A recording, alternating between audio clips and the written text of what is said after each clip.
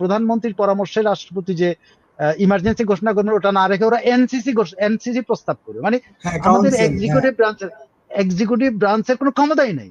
আরে দেশ চালাবে এক্সিকিউটিভ ব্রাঞ্চ, আর এনসিসি বলে ইমার্জেন্সি করার জন্য এনসিসি। এই পাগলাদের দিয়ে কি হবে? এই পাগলারা তো হলো কমিশন চালানোর জন্য আসছে। ওরা জরুরি অবস্থার সাথে তাদের সম্পর্ক কি?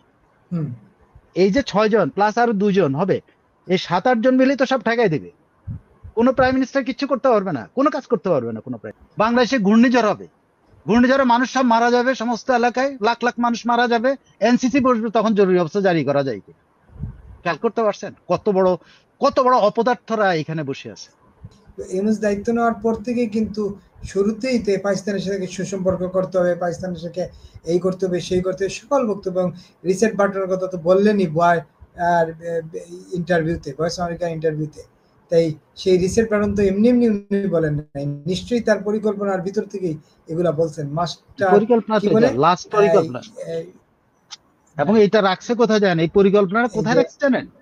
একেবারে এন্ডিং এ এত বড় একটা ইয়ের একদম মিসেলেনিয়াসে রাখছে, কিন্তু কাউকে বুঝতে দেয় না। আমার ধারণা এত বড় বড় নেতারা বুঝে উঠতে পারেন না যে ঘটনাটা কোথায় আছে, এটা মিসেলেনিয়াসে রাখছে। এটা কিন্তু মূল আলোচনার ওই যে একদম শেষ পৃষ্ঠায় এসে মিসেলেনিয়াসের মধ্যে বলতেছে, মিসেলেনিয়াস, হ্যাঁ, ইমার্জেন্সি প্রভিশনস, সেখানে তো তারা আবার এই যে মিসেলেনিয়াসে 1, the commission recommends deletion of article 152 of the constitution and the removal of 5th, 6th and 7th schedule from the constitution, একদম শেষ দিকে। তারপরে আছে এখানে আবার আসছে ওখানে আর্টিকেল 141, 141C ইমার্জেন্সি হলে রাষ্ট্রপতি, এখানে কিন্তু ওইটাকেও আবার চেঞ্জ করে। আপনি খেয়াল, ওরা এনসিসির ব্যাপারে এতটাই নিশ্চিত ছিল তারা এনসিসি করতে পারবে যে তারা আর্টিকেল 141B and 141C, মানে ওখানে রাষ্ট্রপতি যে এই প্রধানমন্ত্রীর পরামর্শে রাষ্ট্রপতি যে ইমার্জেন্সি ঘোষণা করবেন ওটা না রেখে ওরা এনসিসি প্রস্তাব করবে। মানে আমাদের এক্সিকিউটিভ ব্রাঞ্চের কোনো ক্ষমতাই নেই। আরে দেশ চালাবে এক্সিকিউটিভ ব্রাঞ্চ, আর এনসিসি বলে ইমার্জেন্সি করার জন্য এনসিসি।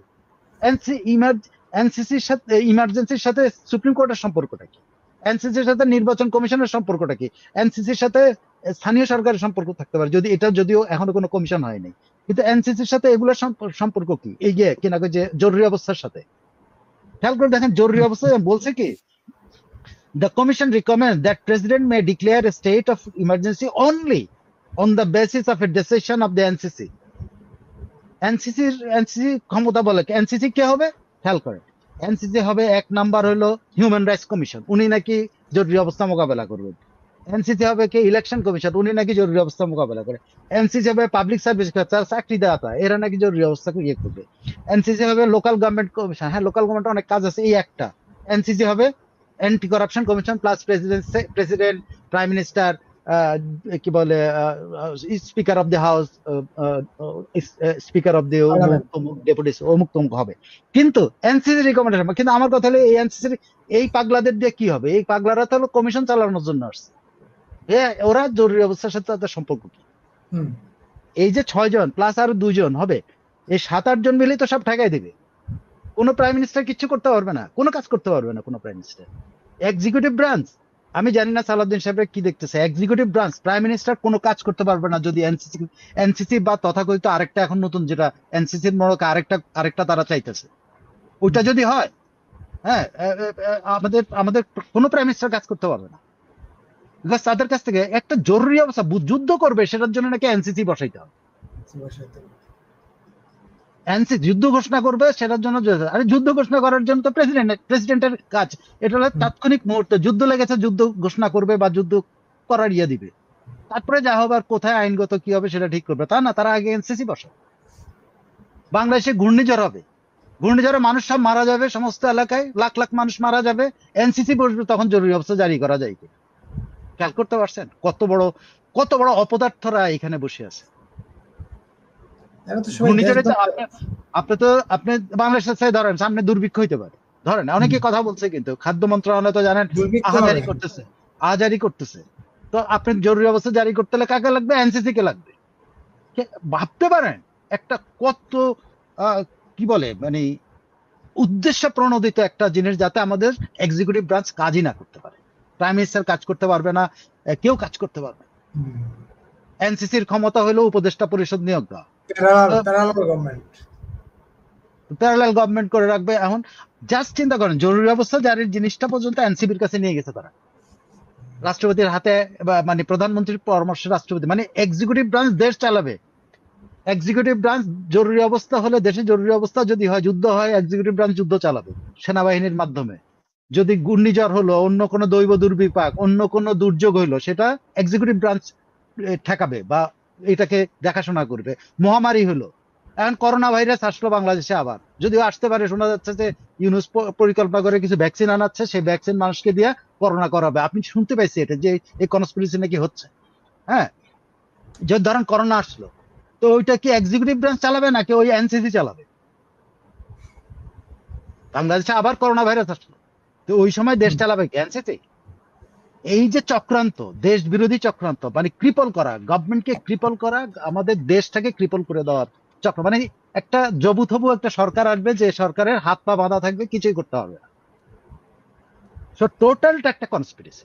এই জন্য আমি বললাম, সবাই ডিটেল আমি জানি না, একদম ইমার্জেন্সি প্রভিশনে এসে আমি এই জিনিসটা দেখি যে আজব ব্যাপার, ইমার্জেন্সি প্রভিশনে এনসিসি, এবং সব এনসিসি হলো বাংলাদেশ, গভর্নমেন্ট না। তাহলে নির্বাচন করার দরকার কি? এটা নিয়ে আমরা 2 দিন আগে আলোচনা করছিলাম, তখন ওই বিএনপিও এই এনসিসির বিরুদ্ধে, যার ফলে ওরা এনসিসির বিরুদ্ধের ব্যাপারে আমি বলছি না, কিন্তু এত বড় চক্রান্ত হচ্ছে, এটা কেন বিএনপি বুঝতেছে না? এটা বুঝতেছে না কেন?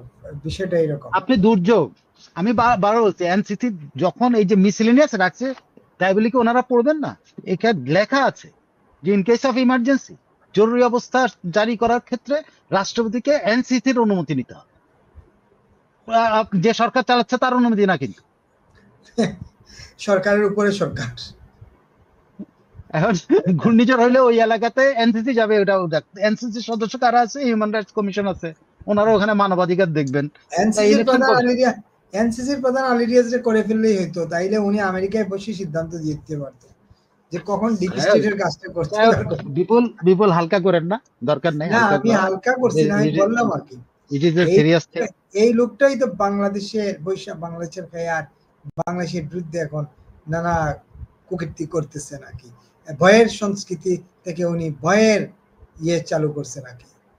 হ্যাঁ, এই যে আমি যেটা বলছিলাম আপনাকে, যে ওই মেয়েটা যারা একটা মেয়ে 3 দিন আগে বললো না লাস্ট বৈঠকে, যে আমরা 4টা মূলনীতি বাদ দিয়ে দেওয়ার জন্য বলছি, এগুলো তো ওনারা করাচ্ছে এদেরকে দিয়ে, পরিষ্কার এদেরকে দিয়ে বলাচ্ছে তোমরা চাবি দিলো, আমরা এটা বাস্তবায়ন করে ফেলবো। এটা চাইলে তো বাস্তবায়ন করা যাবে না, পার্লামেন্টে তো যেতেই হবে। না, তারা যেরকম ওই যে আমার একটা ধারণা, যেহেতু অপরাধ গুলো বাতিল করে দিচ্ছে, তাহলে অল অফ এ তারা কনস্টিটিউশন করে দেবে, স্ক্র্যাপ করে দিয়ে নতুন কনস্টিটিউশনের দিকে চলে যাবে। এই যে ধারা বাতিল করাচ্ছে তো তারা। হ্যাঁ, 7 ক খ এগুলা একেবারে আমরা শুনলাম। নিশ্চয়ই বাংলাদেশের মানুষ জাগ্রত হবেন। একজন লিখছেন, বাংলাদেশ দীপ্ত মজুমদার লিখছেন, বাংলাদেশ অলরেডি পাকিস্তান হয়ে গেছে, এটা লোকে বলে আর কি। আমি একটা প্রসঙ্গে যেতে চাই, যদি এখানে আমরা এটা সমাপ্তি হয়, তাহলে আমরা পরের প্রসঙ্গে একটু যেতে চাই, যে বাংলাদেশে